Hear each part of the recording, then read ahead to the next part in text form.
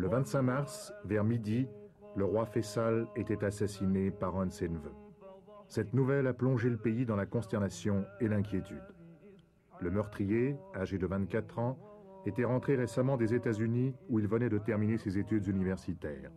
Il était connu pour ses idées farouchement pro-palestiniennes et l'on sait qu'il reprochait à son oncle son attitude trop modérée. Était-ce le mobile de son crime? Personne ne peut sérieusement répondre aujourd'hui. En Occident, la politique de Faisal était considérée comme un facteur de modération dans la poudrière du Moyen-Orient. À l'intérieur, il avait su assurer l'équilibre entre les provinces les plus importantes et les tribus les plus influentes. Son habileté politique lui avait permis de jouer les unes contre les autres les tendances progressistes et les forces les plus réactionnaires. Finalement, en fin tacticien, il a permis à son peuple de sauter du Moyen-Âge à la deuxième moitié du XXe siècle en préservant la monarchie absolue. Le jour de l'enterrement, dans le principal parc public de Riyad, des tentes ont été dressées pour recevoir les délégations étrangères. Les principaux chefs des États arabes sont venus saluer la dépouille de celui qui a été depuis la mort de Nasser l'un des principaux leaders du monde arabe. Anwar el-Sadat a été le premier chef d'État à atterrir à Riyad. Depuis 1972, le rapprochement de l'Égypte et de l'Arabie saoudite a profondément modifié l'échiquier du Moyen-Orient. C'est Faisal qui a poussé Sadat à renvoyer les conseillers militaires soviétiques. En contrepartie, l'Arabie saoudite a payé de nombreuses factures d'armement pour l'Égypte. Autre leader du monde arabe, Wari Boumedienne.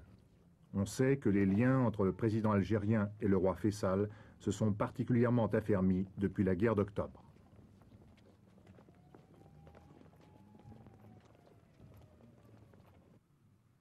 De Bourguiba à Juan Carlos, ces funérailles ont réuni des représentants de la plupart des États qui entretiennent des relations avec l'Arabie saoudite.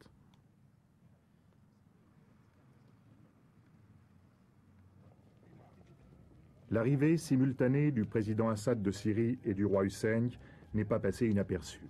Le président Assad n'a pas oublié que s'il a pu renouveler et augmenter le potentiel militaire de son armée, c'est grâce aux subsides de l'Arabie saoudite.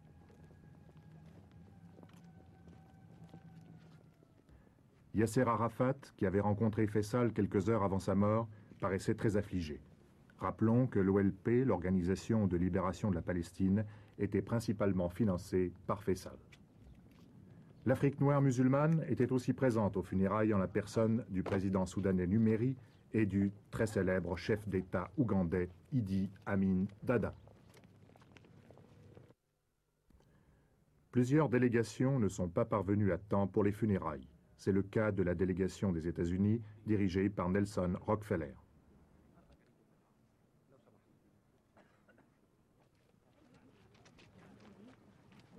Le nouveau roi, Khaled Ben Abdulaziz, conduit la marche mortuaire.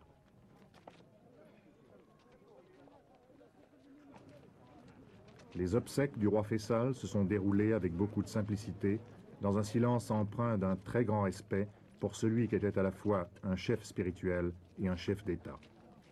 Le corps du roi défunt était simplement enveloppé dans un de ces abayas de laine brune que le roi aimait à porter.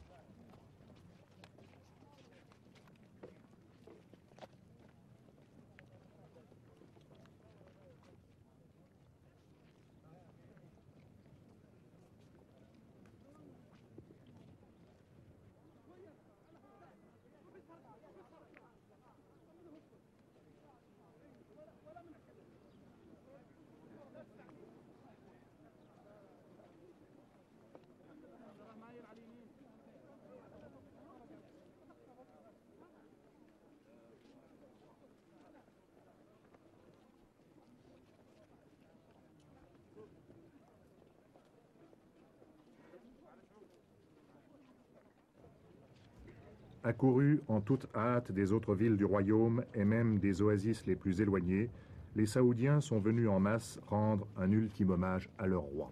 On a estimé à plus d'1 million le nombre de personnes qui ont suivi les obsèques.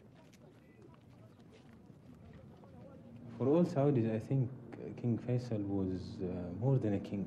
Le roi Faisal était plus qu'un simple monarque, il était le père de tous les Saoudiens. Pour moi, qui suis un membre de la nouvelle génération, il était même plus que monarque et père, il était pour nous un exemple stimulant de sagesse, de foi et de courage. Stimulation to us. He was a source of wisdom and of faith, of courage. A man who proved to us and to everybody. C'était un homme qui nous a prouvé, à nous comme aux autres, qu'il est possible d'accomplir de grandes choses en un laps de temps limité. He accomplished things that take generations to be accomplished. Au cours de ces 11 années de règne, il a réalisé une œuvre dont l'édification aurait normalement pris des générations. Young, educated people. And it was always one of his main interests to spread. Il faisait confiance aux jeunes intellectuels. L'instruction pour tous, telle était l'une de ses grandes préoccupations, ainsi que la formation des jeunes saoudiens pour leur apprendre à utiliser les moyens modernes leur permettant de développer l'Arabie saoudite. Comme vous pourrez le constater, bien des postes de responsabilité sont occupés dans notre pays par des jeunes.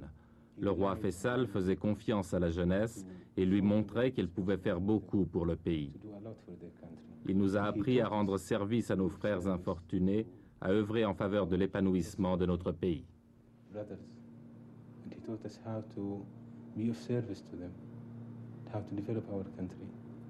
Et il était aussi le leader du monde arabe. He was Oui, certes, le leader de tous les Arabes.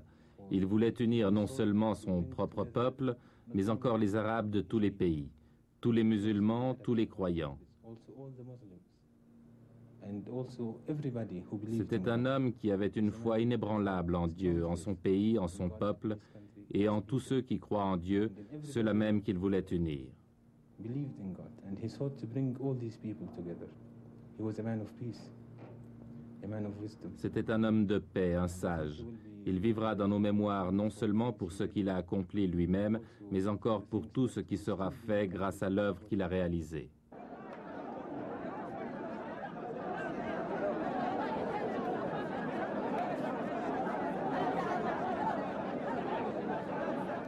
Lors de la cérémonie d'intronisation du nouveau roi, des milliers de Saoudiens ont l'espoir de voir et de toucher celui qui va désormais incarner le destin du pays.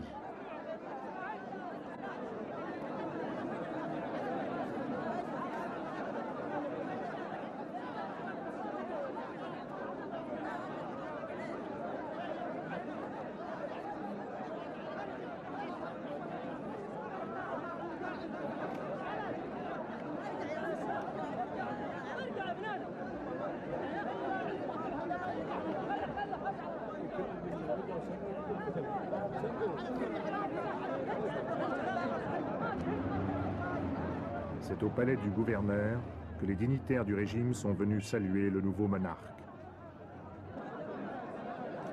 Selon la tradition, le peuple sait que lui aussi pourra pénétrer dans le palais. Pour les accueillir tous, le nouveau roi devra poursuivre la cérémonie le lendemain.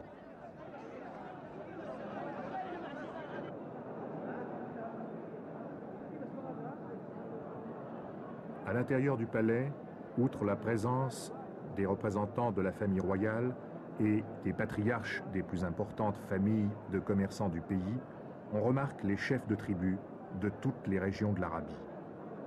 On rencontre même dans cette assemblée d'anciens guerriers qui ont combattu aux côtés d'Ibn Saoud, le père de Faisal, lors de la création du royaume. Et le nouveau roi, Khaled Abdulaziz, intronisé en toute simplicité, reçoit dans la bousculade les chefs de tribus qui viennent faire acte d'allégeance.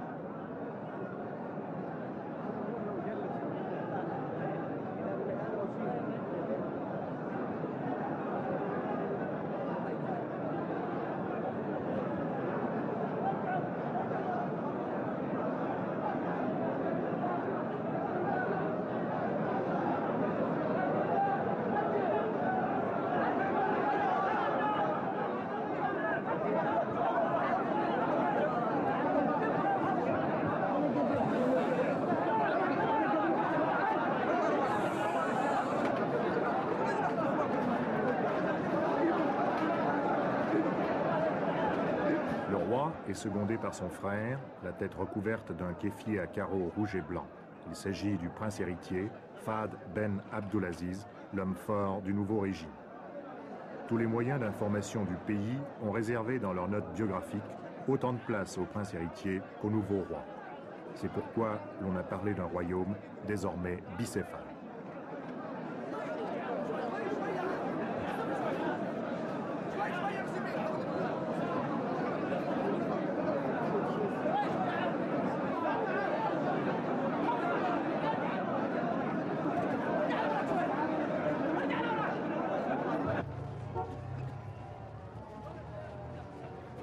Le nouveau roi et le prince héritier quittent le palais du gouverneur pour se rendre au palais royal, où ils doivent recevoir les condoléances des délégations étrangères.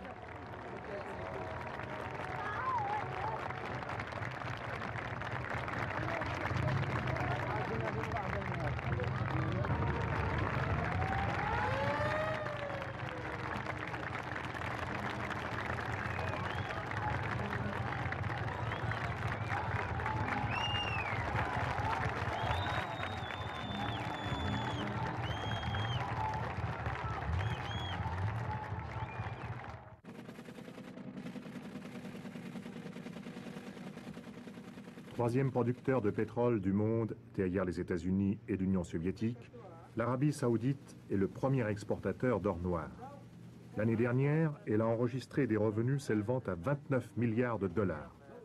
Et les 4/5 du pétrole saoudien passent par cette salle de distribution pour être stockés puis chargés sur tankers.